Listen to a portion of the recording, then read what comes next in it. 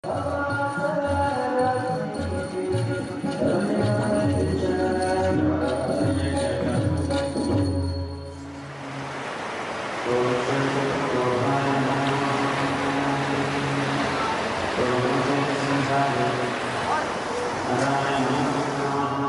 if the chatter in the head starts to determine how I live, what I've done is I've turned over everything that matters to the most insane, intoxicated, not spiritually intoxicated, but like on drugs intoxicated, dictator on earth.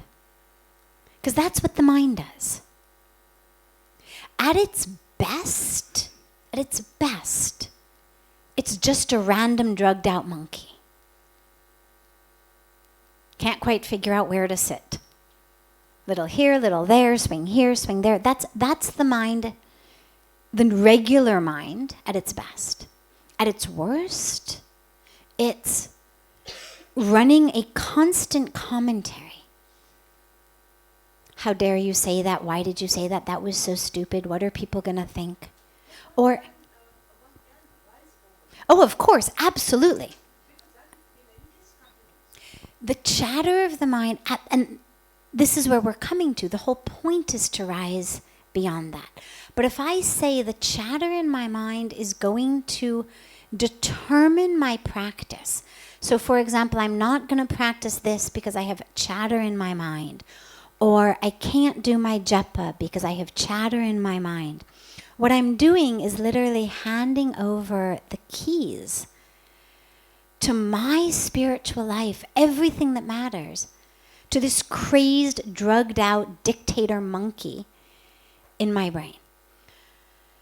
Through our spiritual practice, and by the way, what I was saying is, in addition to the monkey, we also have this commentary that runs that's not nearly as random, not nearly as frenetic, that's much more insidiously calculated.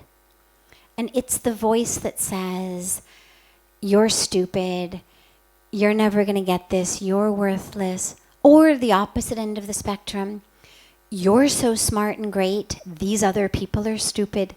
Either way, it's the same game. It's the ego on both ends of the spectrum.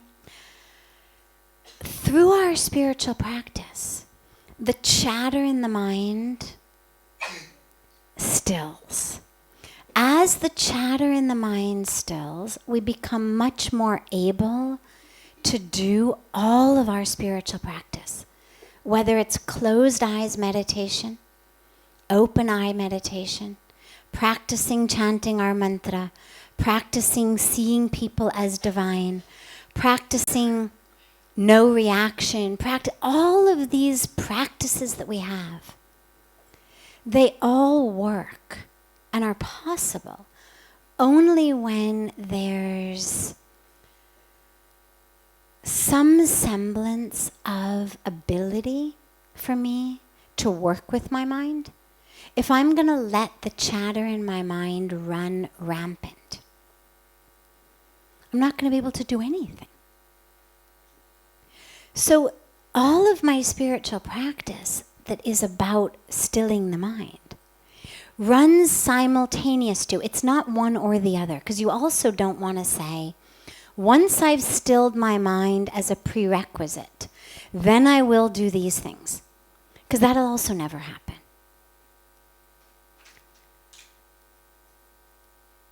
You'll gain control.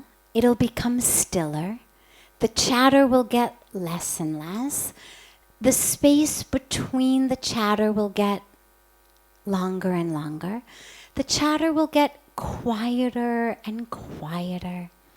But it's a product of the mind that we have until and unless it's enlightened. I'm sorry? It's we as we identify. The self we identify as is a product of the chatter. The chatter is a product also of the self we identify. So I'll give you an example, a simple example. You grow up, you've got an older sister, and I'm hypothetical situation. You grow up, you've got an older sister. She's brilliant. She's beautiful. She's brilliant, okay? You're 2 years, 3 years, 4 years younger than she is, let's say. As you go through school, wherever you go, you are constantly walking in her footsteps. And everybody says to you, why can't you be like your sister? Now, due to the genetic play, you're not quite as physically attractive as she is. And studies don't come quite as easily to you as they do to her. But what starts happening at a very, very early age is you decide, I'm not good enough. People tell you you're not good enough. They don't mean to. They're not trying to be mean. They just say silly things. God, you know, your sister could do it. Why can't you? Your sister got A's. Why are you getting C's? Oh, I remember when I had your sister in my class. God, she was so wonderful and beautiful. You know, these things that are so seemingly harmless, but really plant the seeds in people. And this is just one of 10 billion possible examples, but I wanted to keep it simple for a reason. So now your mind, from the time you're tiny in school, starts saying, I'm not good enough, I'm not good enough, I'm not good enough, I'm not good enough, I'm not the smart one, I'm the stupid one, I'm the ugly one. Now, even the skills that you do have, because of course they're different than what she has, but you too have come into this world with a full, beautiful package. But you don't even have the inner drive to explore them, because you've got this identity of the not pretty enough sister, the not smart enough sister, the not good enough sister. Now, as that works in your mind, it is creating you. That mental chatter in your mind creates you. Maybe at a young age you decide, well, forget it, I can't be her, so what's the point? I might as well not take care of myself. I might as well eat lots and lots of junk food. I mean, if I can't be as pretty as she is, what's the point of even like taking care of myself? You become overweight, you become sick, you stop, whatever it may be. You stop trying in school, what's the point? I'll never be as smart as she was. Now, the things that actually you have, that if you had been born, say, in a different family or in a different environment that hadn't compared you constantly like that to her, those things would have flourished. But in this particular situation, instead, the chatter of the mind created your reality now, which is someone who has made herself even less physically attractive, someone who has not even tried in school, someone who has given up, who gave up when she was a young child. So it works both ways. The situation we are in leads to the chatter. I'm the younger sister, I had this older sister, she was smart and beautiful. That was my external situation.